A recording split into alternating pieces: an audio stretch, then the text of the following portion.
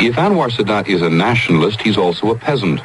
He springs from the centuries-old underprivilege to overpopulate the Nile River Delta. Anwar Sadat's nationalism is rooted in the Egyptian peasantry. Even the poorest is attached to his nation's history.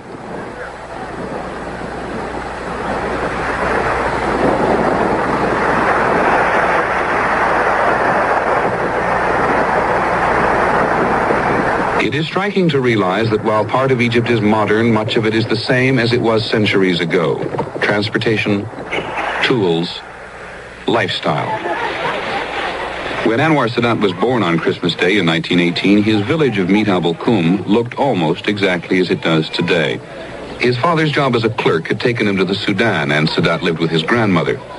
They were poor in a nation where even the richest Egyptian was one class below the resident foreigner.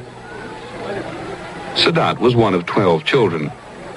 For several thousand years, his family and fellow villagers had been unable to escape the oppressive poverty.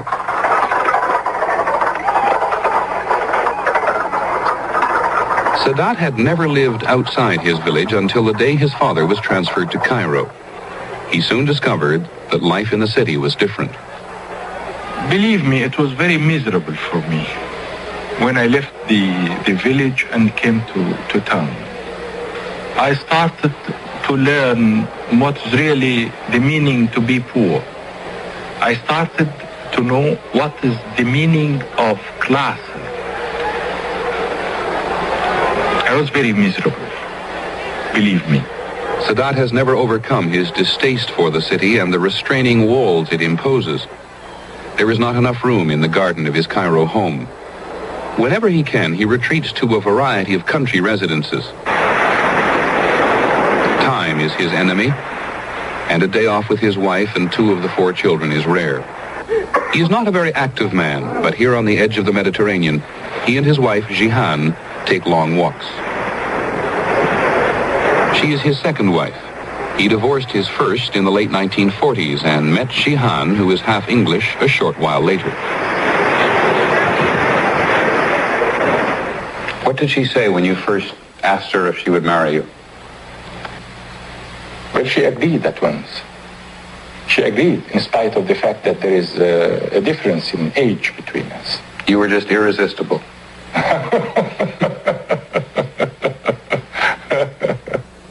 I was admiring him so much because he was very faithful to his country and loyalty to his country. The Sadats have 4 children, 2 married, 2 others, Nana and Gamal, still living at home. There is little time for the children, and they often resent it. I want him to work with me, solve my problems, you know. I like to sit with him, you know. I've been sitting with him too much because of his work. And I miss him. At home, Mrs. Sadat is the disciplinarian and usually takes the lead in family matters. Jihan Sadat is a leading Egyptian figure. She understands the real depths of the country's social problems. She worries always, but she is very kind-hearted, and she is a real help. No matter where a Muslim is, he has obligations. Whether in a mosque or in his living room, Sadat prays 5 times a day. Sadat's faith and obvious devotion to Islam has enhanced his image as a leader with other Arabs. During our visit, an afternoon in the country included a visit to his beach house. The president does not move even here without a strong detachment of bodyguards. Again, the president did little. He shuddered a little when his children raced by in their latest acquisition.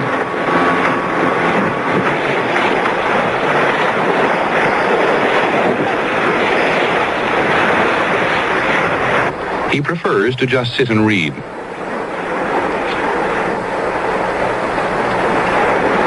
But sometimes his wife talks him into backgammon.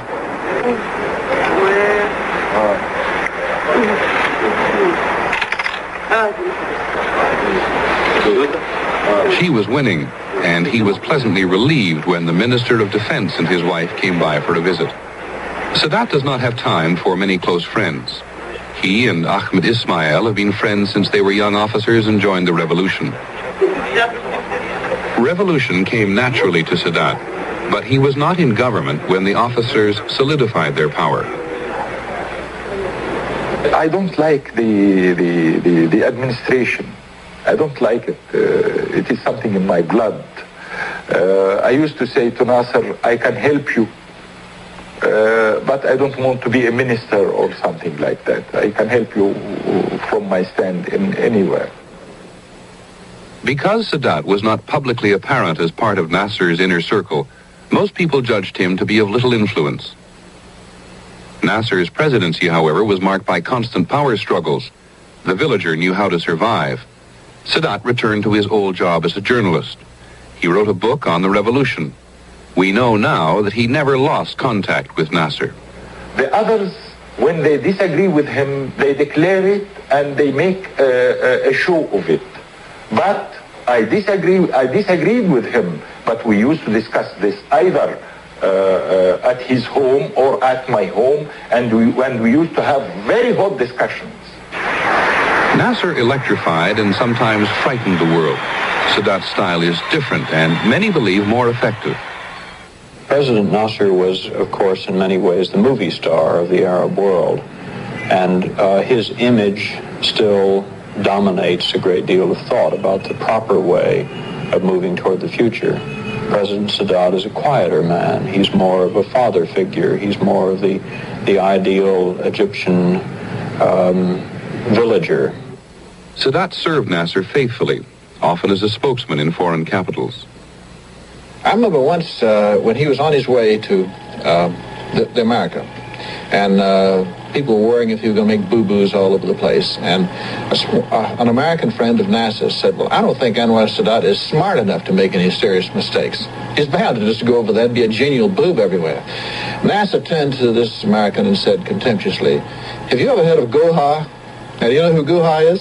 Goha is the man in a sort of an Aesop's fable character in Arabic literature who acts like he's a fool, a buffoon, and really, while he's making you think he's a buffoon, he's removed your gold teeth from you without you realizing it.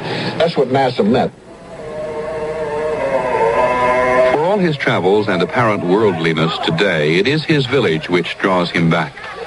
It is only here where Sadat sheds his tailored suits and French ties for his native galabeya.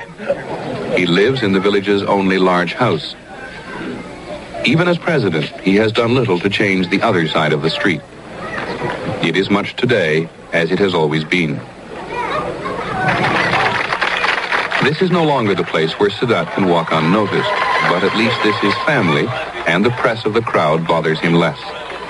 Here, he is not so much president of Egypt as he is village elder, the boy who made good. Here, Sadat hears blunt complaints about village problems and well-intended admonitions about his health. He relishes the role of patriarch, here and for Egypt as a whole. The villagers and he communicate easily. Sadat's an Alabama politician. If you want to understand Sadat, understand John Sparkman from Alabama, a man who is highly educated, highly intelligent, but who knows how to say ain't, so there's just a faint trace of quotes around it, so that if he's talking to someone who says ain't, they won't notice the quote, but someone who knows better, they will notice the quote. I'd say Anwar Sadat's that kind of a man. He aspires to be pretty much what he is. It would be an insult for Sadat to visit the village without seeing an even older man, the teacher who taught him religion as a youth. Sadat says he will retire here in 1976, but not many people believe him. Politics is in his blood. Those who oppose him believe he will not easily relinquish power. Those who support him say he couldn't walk away from the problems of Egypt. Whatever the case, Sadat is convincing about the burdens of the presidency. I have lost everything. I have lost my freedom. I have lost my life as an ordinary man that can walk whenever he feels like it, or stops working when he feels like it. I have lost all this. Sadat the villager, Sadat the passionate